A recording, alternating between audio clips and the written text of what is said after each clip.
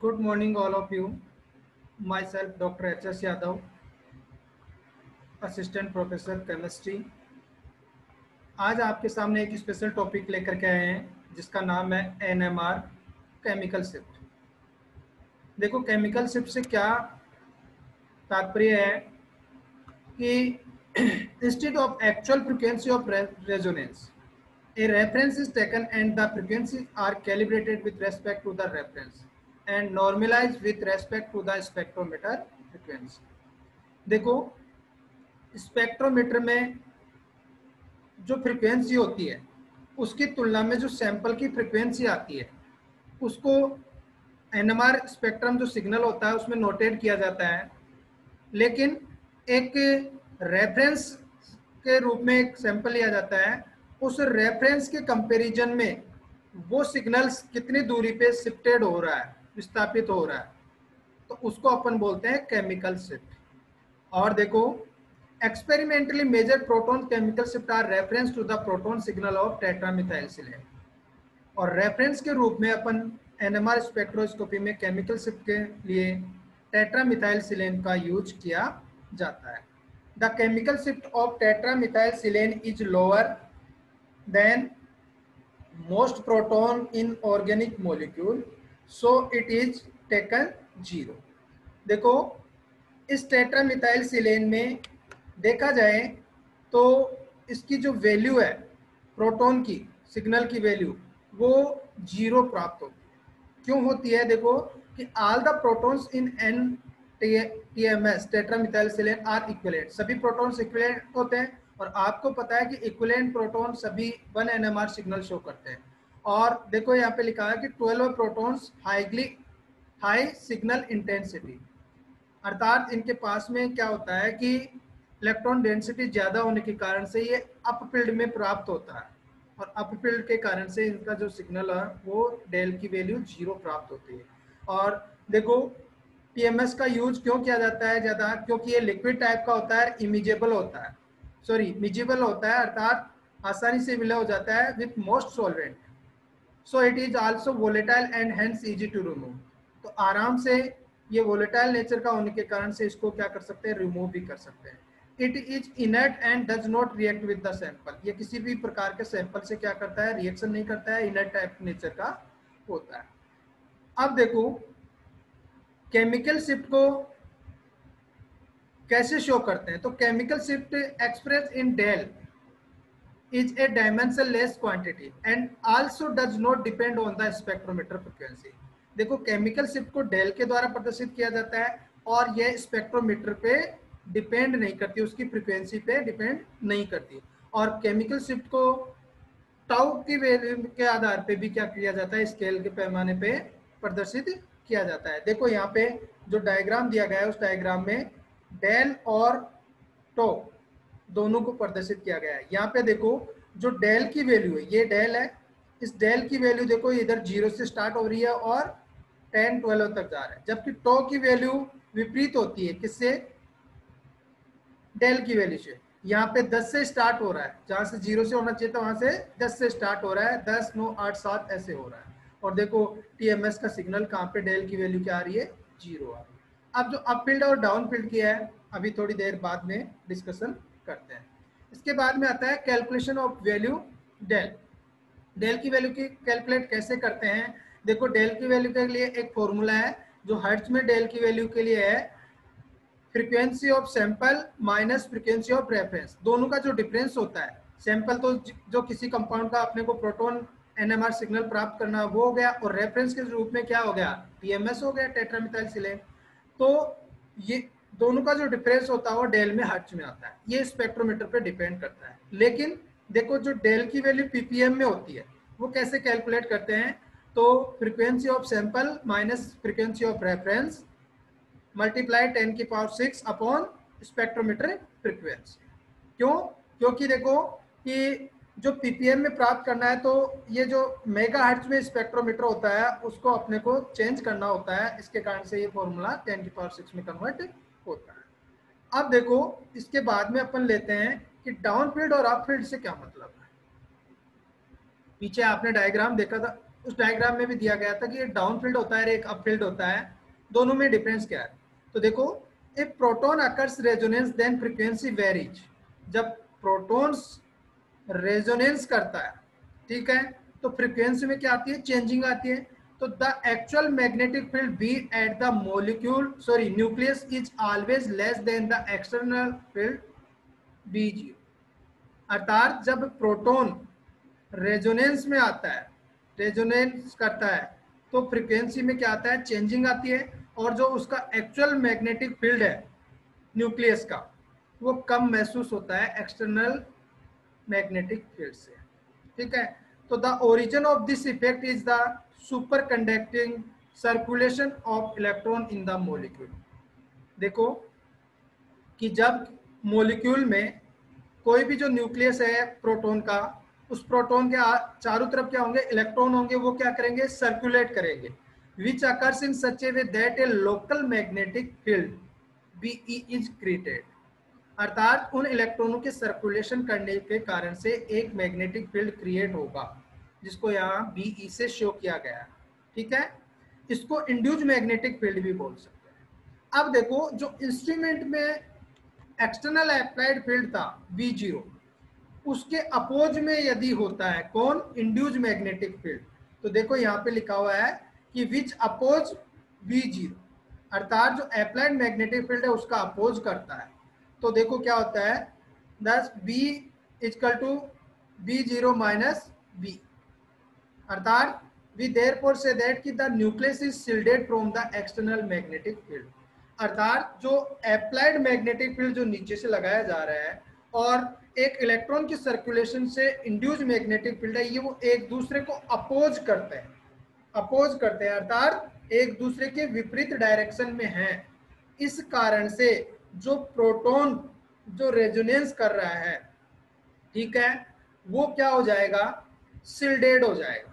देखो यहाँ पे लिखा हुआ है कि वो प्रोटॉन कैसा महसूस करेगा, शिल्डेड महसूस करेगा, अपने आप को क्या करेगा, शिल्डेड महसूस करेगा, जिसके कारण से क्या होगा, जो अप्लाइड मैग्नेटिक फील्ड है वो अपने को क्या करना पड़ेगा, ज्यादा लगाना पड़ेगा। तो जो सिग्नल है वो सिग्नल किस तरफ प्राप्त होगा, अपने को अप फील्ड की तरफ प्राप्त होगा। देखो नीचे लिखा है कि so proton have low del value, low del value, अगर कम डेल वैल्यू है तो किसकी तरफ होगी, टीएमएस की तरफ होगी, and signal shifted towards TMS which is known as up field. अर्थात जो सिग्नल है उसकी डेल वैल्यू का मान कम प्राप्त हो रहा है और टीएमएस की तरफ प्राप्त हो रहा है, तो वो क्या होगा, अप फील्ड होगा, and vice versa in down field. Down field में इसके क्या होगा, विपरीत होगा। देखो डाउन फील्ड को समझते हैं अपन।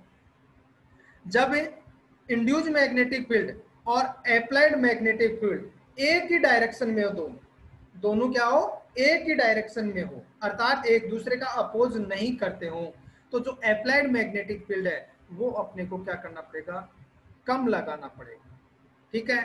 तो जो सिग्नल है वो टीएमएस से दूर की तरफ शिफ्ट हो जाएगा, अर्थात जो डेल की वैल्यू है अपने को क्या प्राप्त होगी, हाई प्राप्त होगी, और जो इस फील्ड को बोलते हैं अपन डाउन फील्ड। क्यों, क्योंकि प्रोटॉन क्या हो जाएगा, डीशिल्डेड हो जाएगा, अर्थात वो जो प्रोटॉन की जो पास में जो इलेक्ट्रॉन डेंसिटी है वो अपोज नहीं कर पा रही है, अर्थात वहां पे अलाइन में है, एक ही दिशा में डायरेक्शन में है, तो वो प्रोटॉन क्या हो जाता है, डीशिल्डेड हो जाता है, और डीशिल्डेड होने के कारण से डेल की वैल्यू का मान ज्यादा प्राप्त होता है और डाउन फील्ड में प्राप्त होता है। देखो यहाँ पे एक डायग्राम के द्वारा भी बताया गया कि लो फील्ड और हाई फील्ड, अर्थात डाउन फील्ड और अप फील्ड की बात की है।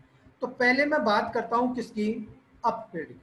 देखो यहाँ पे जो जीरो डेल की वैल्यू कितनी आ रही है, जीरो, इसका मतलब यहाँ पे किसका सिग्नल है, टीएम, टेट्रा मिथाइल सिलेन, टीएमएस, ठीक है। अब देखो टीएमएस के हिसाब से देखा जाए तो ये सिग्नल से कितनी दूरी पे प्राप्त होगा, ठीक है, वो देखा जाए। तो यहाँ पे लिखा हुआ देखो, मोर इलेक्ट्रॉन डेंसिटी, जब प्रोटॉन के नियर बाई या सराउंडेड मोर इलेक्ट्रॉन डेंसिटी होगी तो electron oppose the external magnetic field. मैंने वही बात कही थी कि ये एक्सटर्नल मैग्नेटिक फील्ड का क्या करेगा, अपोज करेगा। तो वो प्रोटॉन क्या होगा, शिल्डेड होगा। Hence these protons require higher external field to come in resonance, अर्थात उस प्रोटॉन को जो रेजोनेंस में लाने के लिए अपने को जो एक्सटर्नल मैग्नेटिक फील्ड है उसको ज्यादा लगाना पड़ेगा, तब जाकर के वो प्रोटॉन्स किस में आएगा, रेजोनेंस में आएगा। तो देखो कि जिस प्रोटॉन के पास में ज्यादा इलेक्ट्रॉन डेंसिटी होती है तो उस वो प्रोटॉन क्या होता है, शिल्डेड होता है, और उसका सिग्नल है अप फील्ड में प्राप्त होता है, जिसको अपन हाई फील्ड के नाम से भी जानते हैं। लेकिन देखो दूसरी तरफ देखते हैं, इधर डाउन फील्ड जो डिसिल्डेड है वो कैसे है। देखो यहाँ पे लिखा है कि यदि किसी प्रोटॉन के पास देखो लेस इलेक्ट्रॉन डेंसिटी या एनआइसोट्रोपिक इफेक्ट, जो जिसके बारे में आगे डिस्कशन करेंगे, यहाँ पे देखो कि जिस प्रोटॉन के nearby less electron density है तो electron not oppose the external magnetic field, अर्थात जो प्रोटॉन के पास में लो इलेक्ट्रॉन डेंसिटी होने के कारण जो इंड्यूस्ड मैग्नेटिक फील्ड है और अप्लाइड मैग्नेटिक फील्ड है वो दोनों एक ही डायरेक्शन में हो जाते हैं, अर्थात वो प्रोटॉन क्या होता है, डिसिल्डेड हो जाता है। Hence these protons require lower external field to come in resonance, उस प्रोटॉन को रेजोनेंस में लाने के लिए कम एक्सटर्नल मैग्नेटिक फील्ड का रिक्वायरमेंट होगा, और वो प्रोटॉन क्या होगा, शिल्डेड होगा, और डाउन फील्ड में उसका सिग्नल प्राप्त होगा या लो फील्ड में बोला जाता है। तो देखो यहाँ पे आपको ये अप फील्ड और लो फील्ड के बारे में काफी कुछ समझ में आ गया होगा। इसके बाद में देखो बात करते हैं अपन factor affecting chemical shift. Chemical shift के ऊपर क्या इफेक्ट पड़ता है, अर्थात पहला इफेक्ट देखते हैं अपन इलेक्ट्रॉन नेगेटिविटी का या इंडक्टिव या रेजोनेंस इफेक्ट का। तो देखो आपको पता है कि टेट्रा मिथाइल सिलेट का सिग्नल कहाँ प्राप्त होता है, 0 के आसपास, देखो यहाँ लिखा हुआ है 0.0। लेकिन जो CH4 मेथेन है उसमें जो प्रोटॉन होते हैं उनका 0.23 ppm में प्राप्त होता है, डेल की वैल्यू 0.23 के आसपास, ठीक है।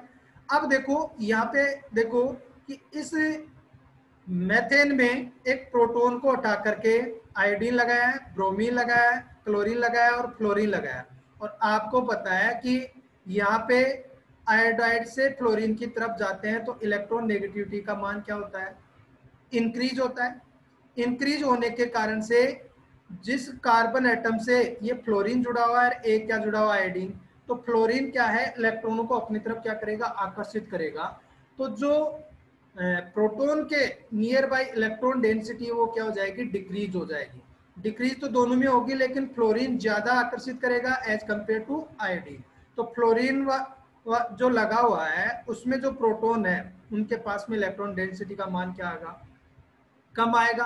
कम आएगा तो सिग्नल किस तरफ शिफ्टेड हो जाएगा, डाउन फील्ड। क्यों, क्योंकि वो प्रोटॉन क्या होगा, डिसिल्डेड होगा, तो उसकी डेल की वैल्यू का मान आएगा ज्यादा, जबकि देखो इसकी डेल की वैल्यू का मान कम प्राप्त होगा, ठीक है। इसी प्रकार से दूसरा देखो यहाँ पे एक मिथाइल ग्रुप से क्या लगा हुआ है, OH, फ्लोरीन और नाइट्रोजन। तो यहाँ पे देखो इन दोनों में देखते हैं कि ऑक्सीजन की तुलना में फ्लोरीन की इलेक्ट्रॉन नेगेटिविटी क्या होती है, ज्यादा। तो देखो डाउन फील्ड में प्राप्त हो रहा है, जबकि इसका सिग्नल अप फील्ड की तरफ प्राप्त हो रहा है, अर्थात इसकी डेल की वैल्यू क्या आ रही है, ज्यादा प्राप्त। तो ये इसके बाद में देखो इंडक्टिव इफेक्ट देखते हैं कि जैसे अभी अगर किसी कार्बन एटम के ऊपर एक से ज्यादा हैलोजन परमाणु उपस्थित है, तो देखो यहाँ पे पहले में एक क्लोरीन परमाणु है, दूसरे में 2 है, तीसरे में कितने हैं, 3 है। तो ज्यादा हैलोजन परमाणु उपस्थित होने के कारण से जो प्रोटॉन बचा हुआ है उसके पास में इलेक्ट्रॉन डेंसिटी का मान क्या प्राप्त हो रहा है, कम। और कम होने के कारण से क्या होगा, वो प्रोटॉन डिसिल्डेड हो जाएगा, और जो अप्लाइड मैग्नेटिक फील्ड है वो अपने को कम लगाना पड़ेगा, ठीक है। तो आराम से क्या हो जाएगा, वो रेजोनेंस में आ जाएगा और उसकी डेल की वैल्यू क्या आएगी, ज्यादा आएगी और डाउन फील्ड की तरफ आएगी। तो देखो यहाँ पे डेल की वैल्यू का मान इसका ज्यादा है जबकि इसका कम है। अब इंडक्टिव इफेक्ट को देखो देखा जाता है कि जैसे जैसे दूरी बढ़ती जाती है हैलोजन परमाणु से, वैसे वैसे उसका जो इलेक्ट्रॉन अट्रैक्शन का पावर क्या होता है, डिक्रीज होता है। तो यहाँ पे देखो इस CH3 ग्रुप और इस CH3 ग्रुप का जो सिग्नल देखा जाता है तो इसका तो 3.1 के आसपास प्राप्त हो रहा है, जबकि इसका 1.5 के। क्यों हो रहा है? क्योंकि इसमें देखो बीच में एक CH2 और आ गया, अर्थात इस क्लोरीन परमाणु की दूरी का मान ज्यादा है जबकि ये नजदीक है। तो नजदीक होने के कारण से इलेक्ट्रॉन डेंसिटी इसकी प्रोटॉन्स की क्या हो जाएगी? कम एज कंपेयर टू दिस। तो इसकी जो इलेक्ट्रॉन डेंसिटी कम होने के कारण से डेल वैल्यू की डाउनफील्ड की तरफ ज्यादा प्राप्त होगी, अर्थात ये ज्यादा डिसिल्डेट होगा जबकि ये कम डिसिल्डेट होगा। तो ये क्लियर हो गया होगा कि इलेक्ट्रोनेगेटिविटी और इंडक्टिव इफेक्ट का केमिकल शिफ्ट पे क्या इफेक्ट पड़ता है। इसके बाद में देखते हैं एनआइसोट्रोपिक इफेक्ट। देखो एनआइसोट्रोपिक इफेक्ट क्या होता है, उससे पहले आइसोट्रोपिक इफेक्ट को देखते हैं अपन। देखो स्फेरिकल इलेक्ट्रॉन डेंसिटी, यदि किसी मॉलिक्यूल में जो भी कोई एटम है, मतलब प्रोटॉन की बात कर रहे हैं, उसके आसपास में अगर इलेक्ट्रॉन डेंसिटी क्या है? स्फेरिकल है, तो induced magnetic field will be uniform in space. तो इंड्यूस्ड मैग्नेटिक फील्ड एक ही तरीके से चारों तरफ स्पेस में होगा, इसको बोलते हैं आइसोट्रोपिक इफेक्ट। फॉर एग्जांपल, केवल उस मॉलिक्यूल में s इलेक्ट्रॉन है तो वो स्फेरिकल होगा, लेकिन non spherical electron density percent है यदि किसी मॉलिक्यूल, तो induced magnetic field will be non uniform in space, अर्थात नॉन यूनिफॉर्म में होगा कौन? Induced magnetic field. तो इसको बोलते हैं एनआइसोट्रोपिक इफेक्ट। जैसे आपको पता है कि कई कंपाउंड होते हैं, जैसे एरोमेटिक रिंग होती हैं, कार्बन कार्बन डबल बॉन्ड, जैसे एल्किन हो गए, एल्काइन हो गए, या कार्बोनाइल में CO ग्रुप हो गया, ये सब क्या होते हैं? पाई इलेक्ट्रॉन रखते हैं। और पाई इलेक्ट्रॉन क्या होता है? नॉन स्फेरिकल टाइप का होता है, जो induced magnetic field uniform non uniform में होता है, यूनिफॉर्म नहीं होता। जैसे देखो फॉर द एग्जांपल, यहाँ पे एक एग्जांपल लिया गया है, diamagnetic anisotropic in ethylene and acetylene. देखो जब किसी सैंपल को NMR स्पेक्ट्रोमीटर में रखा जाता है तो वो अपने आप ओरिएंटेड हो जाता है, वो अपने ऊपर डिपेंड नहीं करता है। तो देखो स्पेक्ट्रोमीटर में जो एल्किन का एग्जांपल लिया गया है यहाँ पे, अर्थात जो इथाइलिन का एग्जांपल है वो इस प्रकार ओरिएंटेड हो रहा है, और एसिटिलीन है इस प्रकार से ओरिएंटेड हो रहा है। तो पहला देखते हैं अपन इथाइलिन में। इथाइलिन में देखो कि जब बाह्य अप्लाइड मैग्नेटिक फील्ड, अर्थात एक्सटर्नल मैग्नेटिक फील्ड लगाया जा रहा है, देखो इस डायरेक्शन से लगाया जा रहा है, तो ये अपने आप को ओरिएंटेड कर रखा है इस टाइप से। तो जो इस पाई बॉन्ड की इलेक्ट्रॉन डेंसिटी है, वो पाई इलेक्ट्रॉन डेंसिटी है ना, वो शिल्डेड हो रही है, अर्थात ये डाई मैग्नेटिक इफेक्ट शो कर रहा है। यहाँ पे जो इन इलेक्ट्रॉनों की सर्कुलेशन से जो इंडक्टिव इफेक्ट होगा वो क्या होगा? एक दूसरे को क्या कर रहा है? अपोज कर रहा है, अर्थात शिल्डेड रीजन में आ रहा है। जबकि जो बाह्य प्रोटॉन है, यहाँ पे देखो बाहर की तरफ क्या है? प्रोटॉन है, ये प्रोटॉन अप्लाइड मैग्नेटिक फील्ड के शिल्डिंग रीजन में नहीं आ रहा है, अर्थात जो इंड्यूस्ड मैग्नेटिक फील्ड है डायमैग्नेटिक में न आकर के पैरामैग्नेटिक जोन में आ रहा है। ठीक है, इस कारण से इनकी डेल की वैल्यू 5.28 के आसपास प्राप्त हो रही है। अब देखते हैं किसमें एसिटिलीन में इफेक्ट, एनाइसोट्रोपिक इफेक्ट किसमें देखते हैं? एसिटिलीन। एसिटिलीन में देखो कि जो पाई इलेक्ट्रॉन डेंसिटी है वो, ठीक है, और जो प्रोटॉन है, ये दोनों इंड्यूस्ड मैग्नेटिक फील्ड में क्या आ रहे हैं? डायमैग्नेटिक जोन में आ रहे हैं, अर्थात जो पाई इलेक्ट्रॉन डेंसिटी है वो और जो प्रोटॉन है, ये देखो जो अप्लाइड मैग्नेटिक फील्ड है इसके किस में जोन में आ रहे हैं? डायमैग्नेटिक जोन में आ रहे हैं। इसके कारण से इनकी डेल की वैल्यू क्या आ रही है? कम आ रही है, अर्थात ये शिल्डेड हो रहे हैं।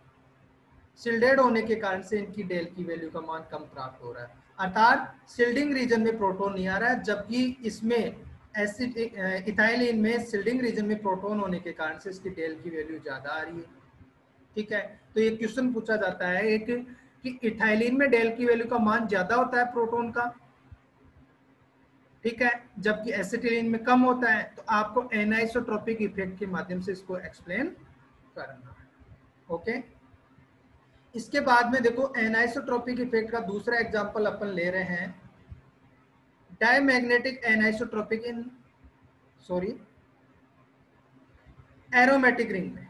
इसमें एरोमेटिक रिंग में, तो देखो एरोमेटिक रिंग में भी क्या होता है कि बाह्य अप्लाइड अर्थात जो एक्सटर्नल मैग्नेटिक फील्ड लगा रहे हैं उसी डायरेक्शन में ये सभी पाई इलेक्ट्रॉन जो रिंग के आ रहे हैं, इसको रिंग करंट इफेक्ट भी बोला जाता है। ठीक है, तो सभी पाई इलेक्ट्रॉन देखो किस रीजन में आ रहे हैं, शिल्डिंग रीजन में आ रहे हैं। ठीक है, लेकिन जो प्रोटॉन है वो प्रोटॉन्स किस रीजन में आ रहे हैं, डीशिल्डेड रीजन में आ रहे हैं। तो आराम से क्या करेंगे, ये रेजोनेंस करेंगे और रेजोनेंस करने के कारण से इनकी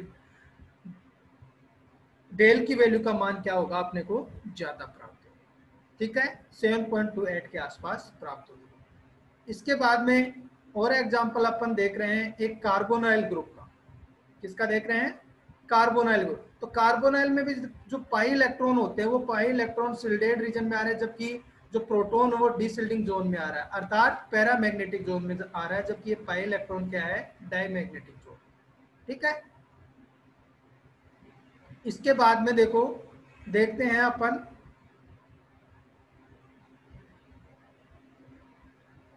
हाइड्रोजन बॉन्डिंग का क्या इफेक्ट पड़ता है। अर्थात किसी भी मॉलिक्यूल में यदि हाइड्रोजन बॉन्डिंग है तो आपको पता है कि हाइड्रोजन बॉन्डेड प्रोटॉन होता है वो किसी मोर इलेक्ट्रोनेगेटिविटी से जुड़ा होगा, और मोर इलेक्ट्रोनेगेटिविटी एटम से जुड़ा है तो उसके आसपास में इलेक्ट्रॉन डेंसिटी का मान क्या होगा, कम प्राप्त होगा, और वो प्रोटॉन क्या होगा, डीशिल्डेड होगा। और डीशिल्डेड होने के कारण से डेल वैल्यू क्या आएगी, डाउन फील्ड में, और डेल वैल्यू का मान ज्यादा आएगा, अर्थात लो फील्ड में एनएमआर सिग्नल्स अपने को प्राप्त होगा। ओके, इसके बाद में देखो कि यदि कंसंट्रेशन में चेंज किया जाए, ठीक है, तो हाइड्रोजन बॉन्डिंग में पे क्या इफेक्ट पड़ेगा, और जो एनएमआर की जो केमिकल शिफ्ट है उस पर क्या इफेक्ट पड़ेगा। तो देखो, due to change concentration intramolecular hydrogen bonding chemical shift is not shift, अर्थात केमिकल शिफ्ट पर कोई फर्क नहीं पड़ेगा जब कंसंट्रेशन में चेंज होगा, किसमें, इंट्रामोलिकुलर हाइड्रोजन बॉन्डिंग। लेकिन इंटरमोलिकुलर हाइड्रोजन बॉन्डिंग में क्या पड़ेगा, इफेक्ट पड़ेगा। अर्थात यदि कंसंट्रेशन बढ़ा रहे हैं आप तो क्या हो रहा है, हाइड्रोजन बॉन्डिंग का मान ज्यादा बढ़ रहा है। तो ज्यादा बढ़ रहा है तो जो प्रोटॉन्स के आसपास में जो इलेक्ट्रॉन डेंसिटी है उसका मान कम आएगा और डेल की वैल्यू हाई होगी और डाउन फील्ड में सिग्नल प्राप्त होगा। जबकि डाइल्यूशन करोगे तो क्या होगा, बॉन्ड ब्रेक होगा तो फ्री होने के कारण से इलेक्ट्रॉन डेंसिटी ज्यादा बढ़ेगी, तो अप फील्ड में उसका प्राप्त होगा सिग्नल, अर्थात डेल की वैल्यू का मान कम प्राप्त होगा। तो देखो, एनएमआर के केमिकल शिफ्ट के बारे में आपने आज थोड़ा सा डीपली स्टडी किए। मैं आशा करता हूं कि आपको बहुत कुछ समझ में आया होगा। तो इस वीडियो को आप ज़्यादा से ज़्यादा शेयर कीजिए और लाइक कीजिए। Thank you, all the best.